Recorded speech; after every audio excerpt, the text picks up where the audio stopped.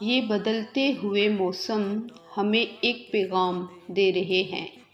ہر گرتا ہوا پتا دراصل ایک خاموش نصیحت ہے۔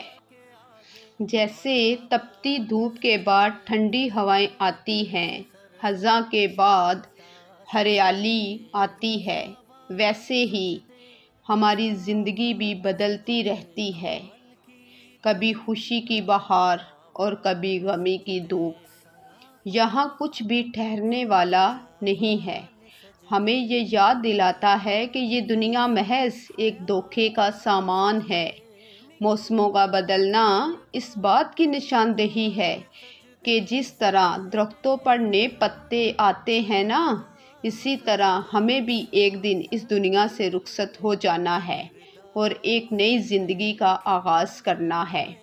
آج کا گرتا ہوا پتا ہمیں کل کی تیاری کی دعوت دے رہا ہے۔